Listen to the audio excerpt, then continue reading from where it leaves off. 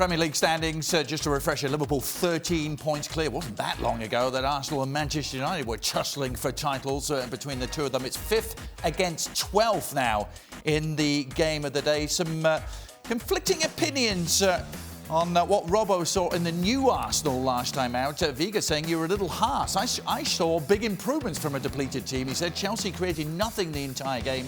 Even when they started to control the game, they never looked like scoring. He can say Arsenal were unlucky for once, can't he, says Viga. Larry, meanwhile, why are people impressed and praising Arsenal's performance? All they did was park the bus and lose.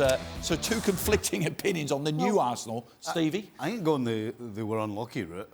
Because all they did was do exactly what Arsenal have been doing for the last couple of years. You know, the new coach comes in, they look a little sharper, everybody wants the ball, there's a decent bit of shape to the team, yes. But football's, at the end of the day, football on the field is about players making decisions. And regardless of who the coach is, this team doesn't have players that can make good decisions. They go from 1-0 up, seemingly in a good spot. Yes, they hadn't given Chelsea anything. And from nowhere, they lose 2 horrible goals. The goalkeeper makes a bad decision coming out.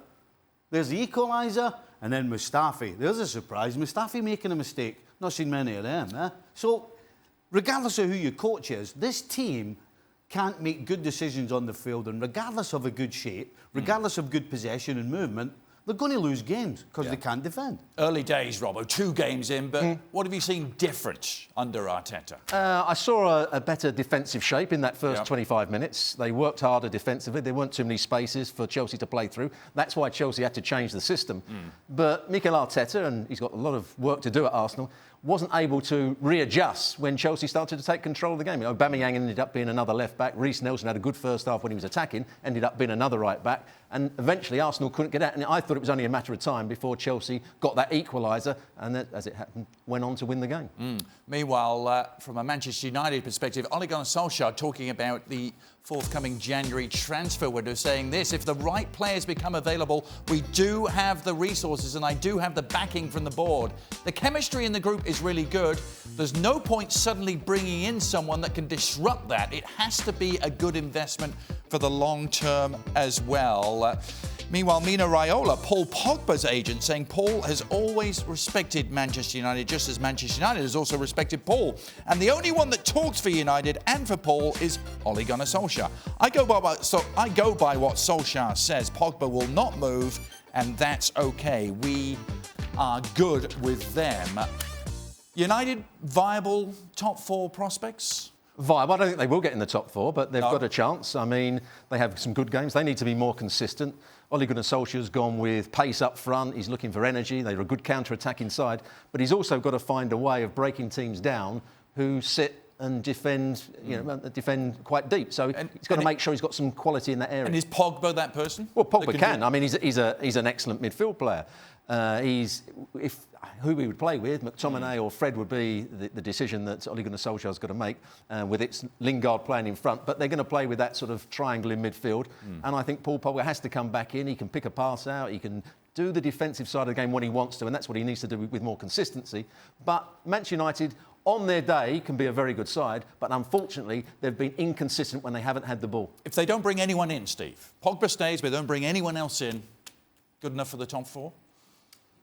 I don't think so. No. It's definitely a fight between them, Chelsea and Tottenham for me for that 4th spot.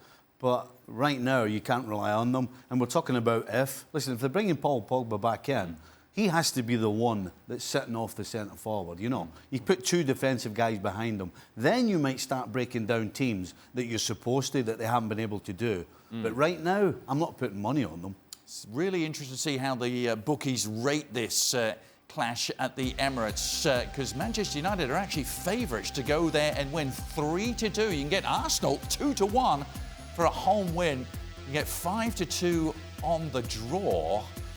What do you make of those odds, Robbo, and what do you think is going to happen? Well, I think people are looking at Manchester United being a good counter-attacking side. Arsenal still, as we saw in the second half, their defensive problems. So if Arsenal try and control the game and try and play the ball, try and play their game in the top third of the field, that's when Manchester United might be at their most dangerous. And that's why the bookies have got Manchester United as favourites. And you have them winning too?